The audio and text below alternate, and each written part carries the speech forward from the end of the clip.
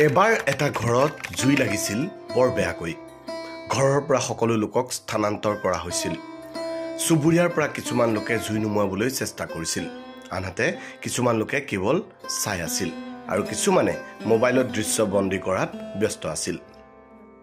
একেটা ঘৰতে এটা চৰাইৰ বাহু আছিল বিপদ সন্মুখত দেখি চৰাইটোৱে নিজৰ ঠুটত অলপ পানী আনি জুই নুমুৱাবলৈ চেষ্টা কৰিছিল কিন্তু জুই নুমুৱাটো অসম্ভৱ আছিল চৰাইটোৱেও কিন্তু হাৰ মনা নাছিল চৰাইটোৱে বাৰে বাৰে কঠোৰ পৰিশ্ৰম কৰি থকা দেখি এজন লোকে হাঁহি মাৰি ক'লে তুমি পাগল নেকি ইমান ডাঙৰ জুই এই সৰু ঠুটখনেৰে পানী আনি কিদৰে নুমুৱাবা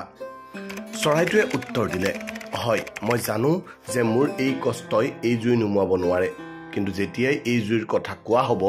মোৰ নাম জুই নিৰ্বাপন কৰা সকলৰ মাজত থাকিব আৰু এই দৃশ্য চোৱা সকলৰ মাজত আপোনাৰ নাম থাকিব আপুনি পাৰিও নকৰে মই নোৱাৰিও চেষ্টা কৰিছো ইয়াৰ পৰা এটা শিক্ষাই আপুনি পাব আমাৰ জীৱনত এনে বহু লোক আছে যিয়ে আমাৰ সফলতাক বেয়া বুলি ভাবে বা বেয়াৰ চকুৰে চায় তেওঁলোকে সদায় আমাৰ ভিতৰত কিবা নহয় কিবা অভাৱ বিচাৰে আৰু যদি আমি সৰু ভুল কৰো তেন্তে ইয়াৰ সমালোচনা কৰে সেয়েহে এনে লোকসকলৰ পৰা আঁতৰি থকাটো সদায় ভাল নিজৰ কামক মন দিয়ক